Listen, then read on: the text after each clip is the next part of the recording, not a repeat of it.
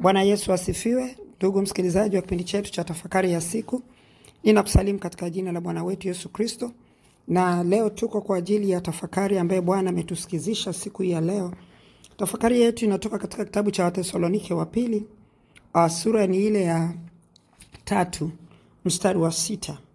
Biblia inasema, ndugu, twawaagiza katika jina la Bwana Yesu Kristo, jitengeni nafsi zenu na kila ndugu aendaye bila utaratibu. Kila ndugu aendaye bila utaratibu, wala si kwa kufuata mapokeo mlioyapokea kwetu. Bwana Yesu asifiwe sana. Haya maneno ni mazuri yanayoelezea kuwasaidia watu ambao hawajaimarika katika imani, na pia walioimarika katika imani, kwa sababu kuna mawimbi na kuna watu, kuna vitu ambavyo vinatembea katika mahubiri, maneno ya kusikizishwa binafsi mtu na mtu, na watu kusikia habari zisizofaa zinazohusu uongo usiothibitika kwa ajili ya Kristo Yesu. Haya ndiyo maneno yanayozungumzwa hapa, ya kwamba jitengeni nafsi zenu na kila ndugu aendaye bila utaratibu. Mtu utauliza, utaratibu ni nini? Utaratibu ni kitu kinachoendesha mfumo uliowekwa. Utaratibu unaendesha mfumo uliowekwa, na mfumo uliowekwa unahitaji watendaji, watekelezaji, ambapo ndio wanaobeba sasa kile kilichowekwa, ambacho ndio kiko ndani ya ule mfumo. Ama mpaka watu wawe katika mfumo wa aina fulani, kuna kitu ambacho wanakifuata ama wanaenda nacho ama wanakiamini. Kwa hiyo wanatakiwa kukitekeleza.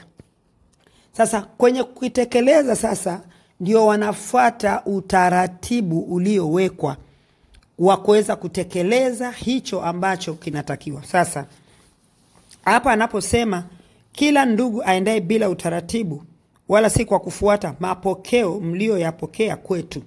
Manake hapa kuna kitu kinazungumziwa, kuna kitu kinalindwa, kuna kitu kinatakiwa kiwebebeshwe umakini wake katika kufanywa kazi, na si kufanywa kazi kiholela.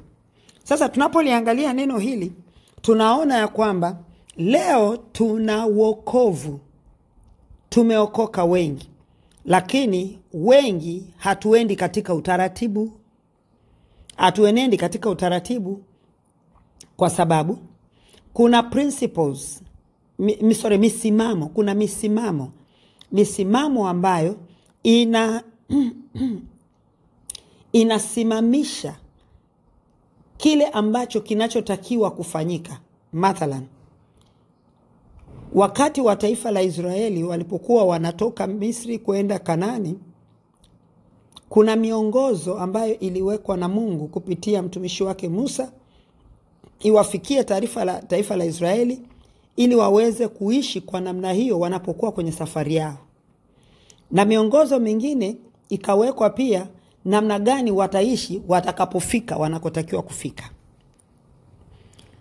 Kwa hiyo wako wanaenda na wanajua wakifika kule wanatakiwa kuwa vipi, wanatakiwa kufanya nini. Walipewa maagizo, wakaambia mtakapofika pale hakikisheni mnabomoa mashera yale na madhabahu, mnazivunja na tena kuharibu mahali pa juu, na jina kulifuta. Yani jina linalomiliki mahali pale, jina la adui lifuteni kabisa, lisisikike, ili msimamishe jina langu. Hakuna michanganyo.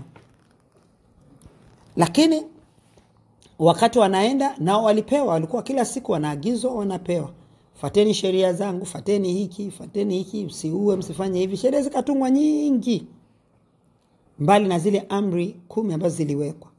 Yote hii ilikuwa ni kwa sababu ya kuwafanya watu hawa waende kwa utaratibu alioutaka yeye Mwenyezi Mungu aliyewatoa katika nchi ya Misri. Sasa sisi tumepewa wokovu, na tunatakiwa kuenenda kwa utaratibu. Sasa hapa Biblia inatuambia mujitenge nafsi zenu na kila mtu, yani kila ndugu aendaye bila utaratibu. Kwa sababu mtu anayekwenda bila utaratibu ina maana yuko nje ya mfumo. Yuko nje ya mfumo wa wokovu, yuko nje ya mfumo wa Mungu. Sasa hapa tunakuja kugundua kwamba swala si kusema nimeokoka. Swala ni nini kinachofanyika katika wokovu huo. Je, ni utaratibu uliowekwa katika wokovu ulioletwa kwetu? Kwa sababu kuna kanuni ambazo tumewekewa za kuishi. Huko wote ukisoma kuna vitu vinazungumzia. Tuwezi kwenda huko sasa hivi. Lakini kuna kanuni ziliwekwa, kuna mitume wamesema, Yesu amesema, msiende mchunguze, nendeni katika mwenendo ambao unaostahili, ili hata kama kuna watu wana la kuwashtaki msikutwe na hatia. Kwa maana yake ni kwamba nendeni katika utaratibu uliowekwa. Wokovu unatakiwa kuishi vipi? Muishi hivyo, ili mtu asiwe na neno juu yenu na Mungu asiwe na neno juu yenu. Sasa hivi ni vitu ambavyo kama kanisa tunatakiwa tufahamu.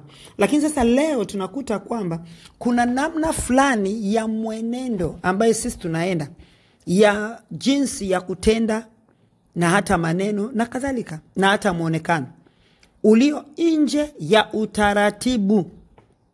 Ishu hapa ni utaratibu, nje ya utaratibu. Sasa watu wengi wanafikiri akishaokoka basi sasa anaingia mbinguni. Kuna kuenenda kwa utaratibu, kuishi kwa utaratibu, kunena kwa utaratibu. Kuna lugha, kuna maneno ambaye mtu aliyeokoka, maneno hayo ama lugha hiyo haitakiwi kusikika kwenye kinywa chake. Ukisikika na hayo uko nje ya utaratibu, unaenenda nje ya utaratibu, na wewe utakuwa ni mmoja wa hawa ndugu ambaye tayari kanisa linaonywa na Paulo kwamba msije mkakaa nafsi zenu mkajiungamanisha na watu wa namna hii. Kwa hiyo mtu yeyote unayemuona anaenda kinyume na mapenzi ya Mungu, tusihalalishe kusema kwamba Mungu ni upendo. Kwa hiyo amesema hapa, Biblia inasema kwamba jitengeni nafsi zenu. Kujitenga nafsi yako ni kuhakikisha kabisa kwamba hauna urafiki na yeye, japo naweza ukawa karibu naye. Kuwa karibu naye ni ili umsaidie atoke kwenye utaratibu mbovu aingie kwenye utaratibu wa Mungu. Kuwa na urafiki na yeye ni kushibana na kupeana ya moyoni na ya ndani, kuaminiana. Sasa uweze kumwamini mtu anayeenda nje ya utaratibu, atakupoteza na we. Maana atakutoa nje ya utaratibu na utaondoka kwenye wokovu. Tafakari yetu ya leo. Je, niko ndani ya utaratibu wa Mungu mimi niliyeokoka? Kama sipo ndani ya utaratibu wa Mungu kulingana na neno lake na maandiko yanavyosema, basi na nikatengeneze leo ninapojitafakari, ili niweze kukaa kwenye utaratibu na Mungu anisaidie. Baba, nakushukuru kwa kuwa ni mwema. Tusaidie kuweza kusimama katika hayo, na utukufu wako Baba uwe pamoja nasi. Katika jina la Yesu Kristo wa Nazareth nimeomba na kushukuru. Amen. Mungu akubariki unapotafakari neno hili. Ni la msingi sana. Sana. Haya ni mafundisho ambayo yanakutoa hatua hadi hatua. Yanafungua kifungo kimoja. Kisikiliza kesho unafungua cha pili. Kisikiliza, usisikilize tu kwa sababu mmezoea kusikiliza neno alafu kisha unaenda. Usisikilize kwa kama mtu anayejitazama kwenye kioo. Yakobo anasema tuwe watendaji wa neno. Neno limekuja kwetu na tulitendee kazi. Mungu akubariki.